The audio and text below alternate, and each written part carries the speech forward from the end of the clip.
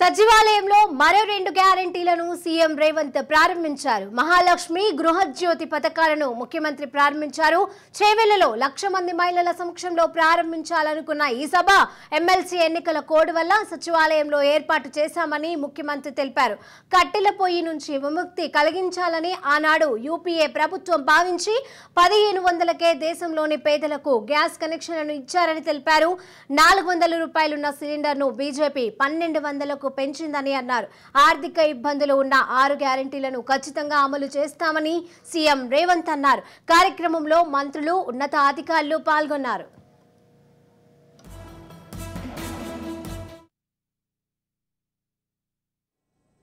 కట్టెల పొయ్యితో కష్టాలు పడుతూ కన్నీళ్లు పెడుతున్న ఆడబిడ్డల కోసం దీపం పథకం ద్వారా కష్టాలు తీరవడానికి ఆనాడు శ్రీమతి సోనియా గాంధీ గారే పేదలకు గ్యాస్ స్టవ్ సిలిండర్ ఇవ్వాలన్న ఒక గొప్ప పథకాన్ని ఆ రోజు యూపీఏ ప్రభుత్వం తీసుకొచ్చింది.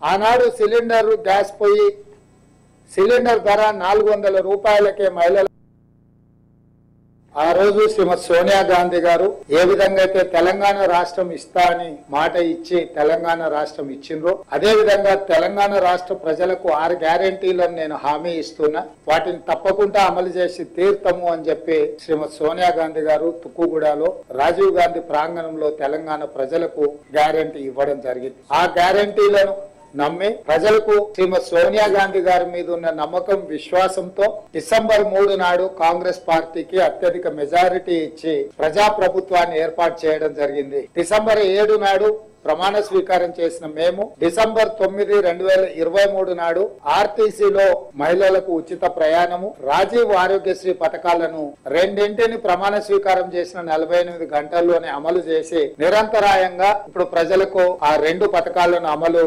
తీసుకురావడం జరిగింది. ఇప్పుడు మళ్ళీ రాష్ట్ర ప్రభుత్వం ఆర్థిక వెసులుబాటును అంచనా వేసుకొని నిజమైన లబ్ధిదారులకు ఈ పథకాన్ని అమలు చేయాలన్న ఆలోచనతోటి అర్హులైన నిజమైన లబ్ధిదారులకు ఈ రోజు 200 యూనిట్ల వరకు గృహ అవసరాలకు ఉచిత విద్యుత్తు, అదే విధంగా 500 రూపాయలకే సిలిండర్ కార్యక్రమాన్ని ఈ రోజు లాంఛనంగా ప్రారంభించుకుంటున్నాం. మీకు అందరికీ తెలుసు, కట్టెల పొయ్యితో కష్టాలు పడుతూ కన్నీళ్లు పెడుతున్న ఆడబిడ్డల కోసం ఏదైనా సబ్సిడీ ఇవ్వడం ద్వారా సిలిండర్ ధరను తగ్గించాలన్న ఆలోచన ఆనాటి ముఖ్యమంత్రి గత ప్రభుత్వం ఎప్పుడు కూడా చేయలేదు. అందుకే 6 గ్యారెంటీలలో భాగంగా ఇచ్చిన మాట నిలబెట్టుకుంటూ భవిష్యత్తు ప్రణాళికలను రచించుకుంటూ ఈ రోజు ఎన్నికల కోడ్ వల్ల ప్రియాంక గాంధీ గారి పర్యటన రద్దవడమే కాకుండా చేవెళ్లలో ప్రారంభించాలనుకున్న ఈ 2 పథకాలను సచివాలయంలో ఇప్పుడు ప్రారంభించుకొని ఇక్కడి నుంచి అక్కడ బహిరంగ సభకి వెళ్లి మహిళల కళ్ళల్లో ఆనందం చూడాలి, ఆడబిడ్డలతో మేమందరం కలిసి ఈ ఆనందంలో భాగస్వామ్యం కావాలి అని చెప్పి మంత్రివర్గ సహచరులందరూ కూడా చర్చించి నిర్ణయం తీసుకొని విధి విధానాలను నిర్ణయించి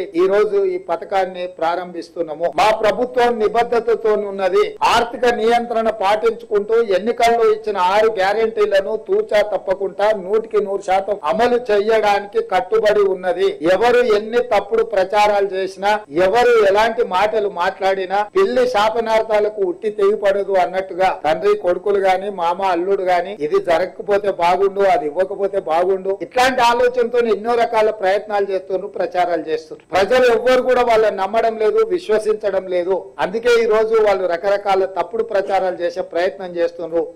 ఏది ఏమైనా శ్రీమతి సోనియా గాంధీ గారు మాట ఇచ్చిండ్రు అంటే మాట తప్పని మడమ తిప్పని నాయకురాలు శ్రీమతి సోనియా గాంధీ గారు.